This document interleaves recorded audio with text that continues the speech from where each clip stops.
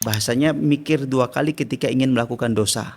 Katakan Ustadz Safril jadi wali kota misalnya. Kemudian tiba-tiba ada pengusaha datang ngasih surat. Pak, ini ada surat izin pembukaan lahan kelapa sawit. 50 atau 100 hektar gitu lah. Kalau Bapak tanda tangan di sini, kita akan tebang hutan itu semua. 10% keuntungannya untuk Bapak. Bapak cukup tanda tangan itu. Maka kalau hatinya lembut, dia akan berpikir, oh, kalau saya tanda tangan ini, berapa banyak orang yang susah kelaparan, terdolimi gara-gara tanda tangan saya. Pasti dia akan menolak, Pak, saya tidak mau.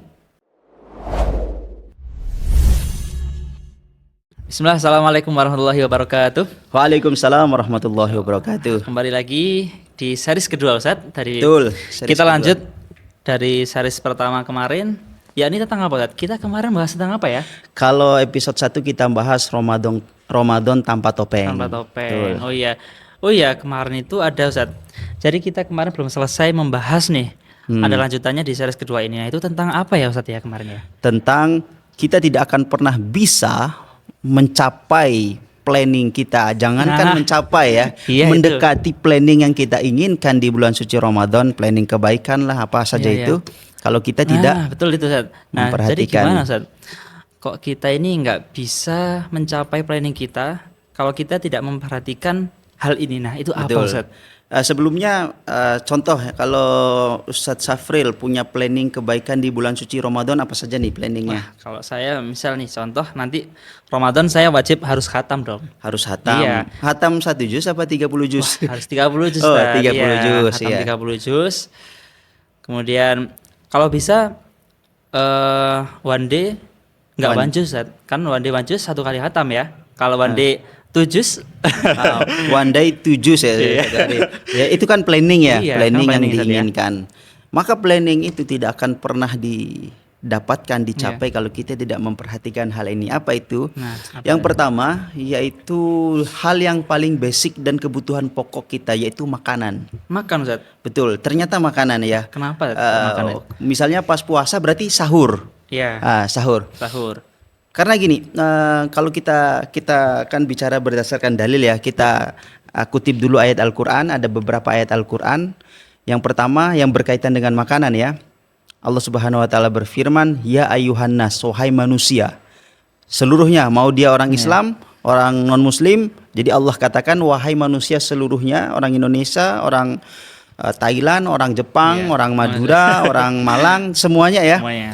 Menyeluruh, kata Allah Subhanahu wa taala, kulu mimma fil ardi halalan thayyibah. Makanlah kamu dari makanan yang halal dan bergizi. Thayyib itu baik dalam artian bergizi ya, bervitamin, berserat dan lain sebagainya.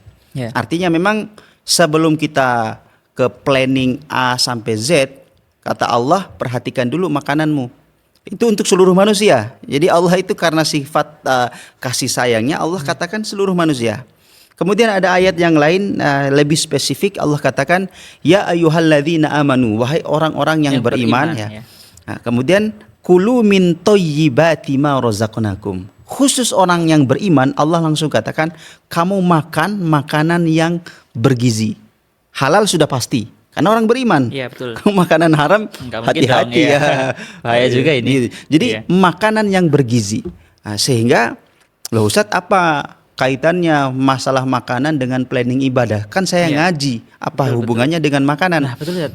Jadi apa sih kok makanan? Kan agak bingung ya. Iya, betul. Jadi kenapa kalau kita harus memperhatikan makanan? Apalagi pas puasa gitu. Nah, apa kaitannya? Hal ini disampaikan oleh Rasulullah Sallallahu Alaihi Wasallam ya, dalam kitab Wasiatul Mustafa, yang mana Rasulullah itu mewasiatkan kepada sahabat Ali bin Abi Thalib ya. Jadi suatu ketika Ali bin Abi Thalib berkata bahwasannya Rasulullah memanggilnya. Da'ani Rasulullah sallallahu alaihi wasallam. Dipanggil oleh Nabi, wahai Ali, datanglah ke rumah. Kemudian datang Ali bin Abi Thalib ke rumahnya Nabi Muhammad sallallahu alaihi wasallam. Kemudian wa khalautu ma'ahu fi manzilih. Akhirnya bertemulah Rasulullah dan Ali bin Abi Thalib kemudian berbicara empat mata kayak kita. Kalau bahasa kita deep talk Deep gitu. talk ya. Jadi deep talk apa talk gitu ya. Deep talk Ustaz. Deep talk ya. Aduh bahaya nih bahasa Inggris saya nih. Deep talk. Jadi berbicara empat mata. Dan Itu bahas memang tentang apa itu? penting juga pelajaran pertama penting juga kita bicara empat mata itu penting juga untuk pendidikan. Kemudian Nabi mengatakan saya langsung singkat saja ya. Iya, boleh.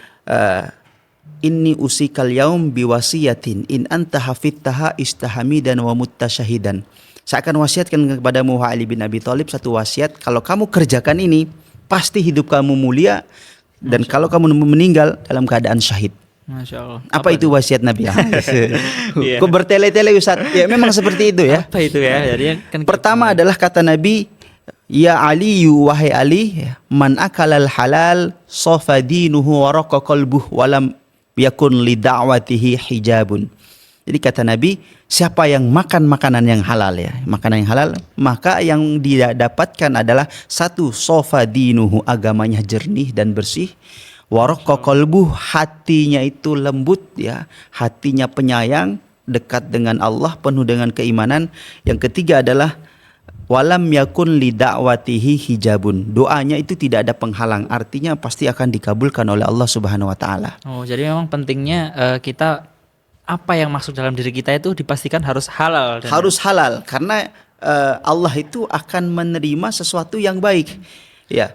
Kalau seandainya kita punya keinginan, punya planning kan harapan ya, Betul. sekaligus doa ya. Kita ingin jadi lebih baik, kita doa kepada Allah. Namun doa itu, harapan itu tidak tercapai. Kenapa? Karena bisa jadi makanan yang kita konsumsi bukan makanan yang halal. Sehingga itu menjadi menghambat dan memang ada kolerasinya. Oh benar juga ya. Kenapa sih saya kalau sholat nggak pernah khusyuk? Makanan betul, kita. Betul Ustaz. Karena kalau saya pribadi juga ingat Ustaz, dalam hadis dikatakan kalau nggak salah itu ada hamba yang senantiasa itu berdoa kepada Allah Ustaz.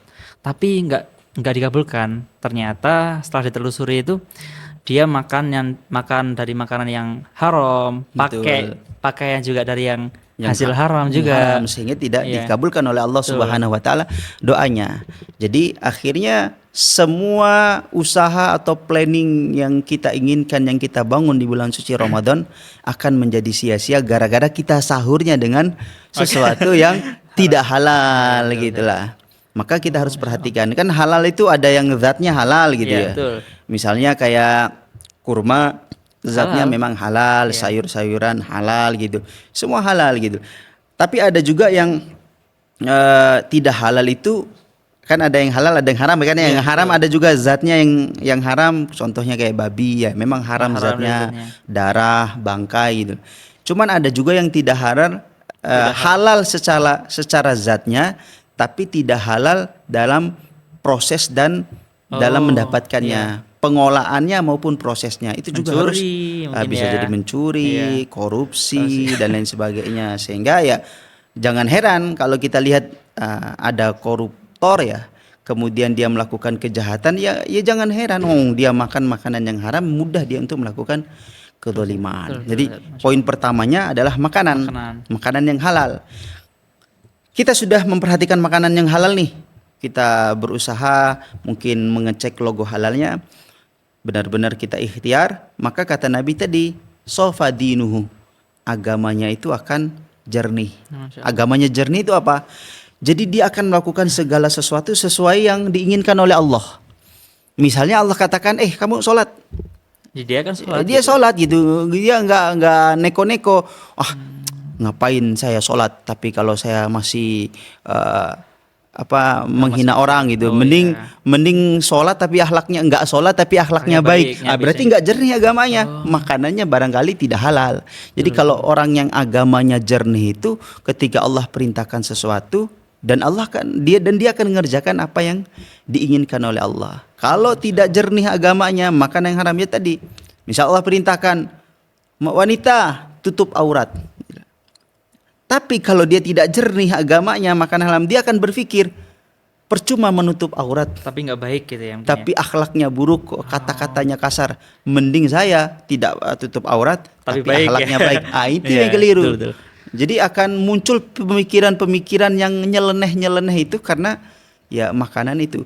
Ya nggak masalah saya tidak puasa gitu. Yang jelas saya ikut hari raya sholat. Nah itu keliru itu jadinya. Nggak apa-apa saya puasa tapi saya masih menggibahin orang. Nah, itu berarti makanan yang halal, yang kurang, yang haram, ya. yang haram yang dia konsumsi. Sehingga dia puasa tapi dosanya masih dikerjakan, masih ngejek orang, masih ngina orang, masih bully orang, masih melihat yang haram walaupun dia puasa ya. Iya, betul. Nah, itu tidak jernih agamanya. Ya memang sepengaruh itu Satya, dalam artian kalau yang masuk ke dalam diri kita itu nggak halal, itu bakalan menghambat tujuan kita ke depannya, Ustaz. Betul, betul. Masya Allah. Jadi sofa dinuhu, kalau makanan yang halal akan menjernihkan agama kita. Kemudian yang kedua waraqqa qalbuh, hatinya akan lembut kalau orang makan makanan yang halal. Dia sebagaimana esensi daripada bulan suci Ramadan ya, kita memang dianjurkan memperbanyak bersedekah, Iya. memperbanyak untuk melakukan kebaikan. Nah, orang kalau makan halal, dia akan ringan tangannya untuk melakukan kebaikan itu. Dia lihat, oh di masjid ini butuh untuk takjil. Dia akan berikan semua yang saya punya. Betul, iya. Saya akan menginfakkan. Oh saya lihat, oh kajian seperti ini kok kurang disupport gitu. Saya akan support gitu. Ya karena dia mengkonsumsi makanan yang halal, hatinya akan terenyuh. Iya. Jadi mudah untuk melakukan kebaikan, senang melakukan kebaikan.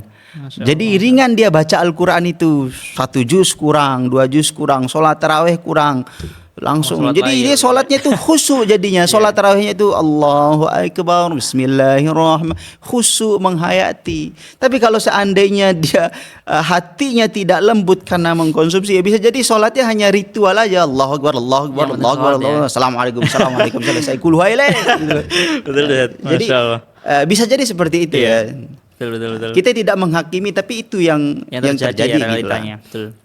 Dan yang kedua, ketika hati ini menjadi lembut, maka dia akan bahasanya mikir 2 kali ketika ingin melakukan dosa. Misalnya kasih contoh, katakan Ustadz Safril jadi pejabat, wali kota misalnya. Ketika wali kota, kemudian tiba-tiba ada pengusaha datang ngasih surat. Iya. Pak, ini ada surat izin pembukaan lahan kelapa sawit. Oh ya. 50 atau 100 hektar gitu lah. Kalau Bapak tanda tangan di sini, kita akan tebang hutan itu semua. Lalu 10% keuntungannya untuk Bapak cukup tanda tangan itu. Maka kalau hatinya lembut, dia akan berpikir, oh, kenapa saya melakukan tanda tangan ini? Kalau saya tanda tangan ini, berapa banyak orang yang susah kelaparan, karena ini, terdolimi gara-gara tanda tangan saya.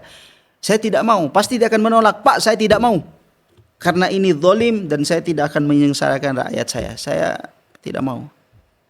Kemudian orangnya bilang, ya sudah Pak, karena Bapak tidak mau 5%, saya tambah jadi 50%. Ya sudahlah kalau 5%. Gitu. Ya. Berarti itu hatinya tidak lembut gitu lah.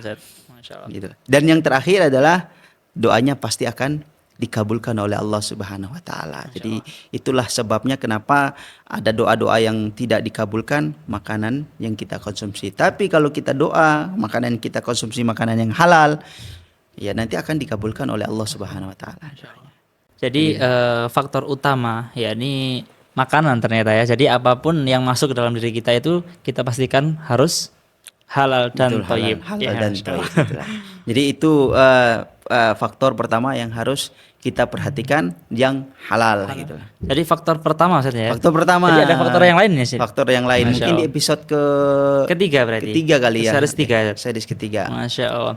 Boleh juga tuh. Jadi nanti kita lanjutkan di series 3 mengenai faktor kedua untuk yang menghambat kita untuk faktor kedua. Jadi planning kebaikan. Faktor pertama yakni tentang makanan yang masuk ke dalam tubuh kita, dan faktor kedua yakni lanjut di episode ketiga. Insyaallah. Barakallahu fiik. Kita lanjut di next pertemuan. Assalamualaikum warahmatullahi wabarakatuh. Waalaikumsalam warahmatullahi wabarakatuh.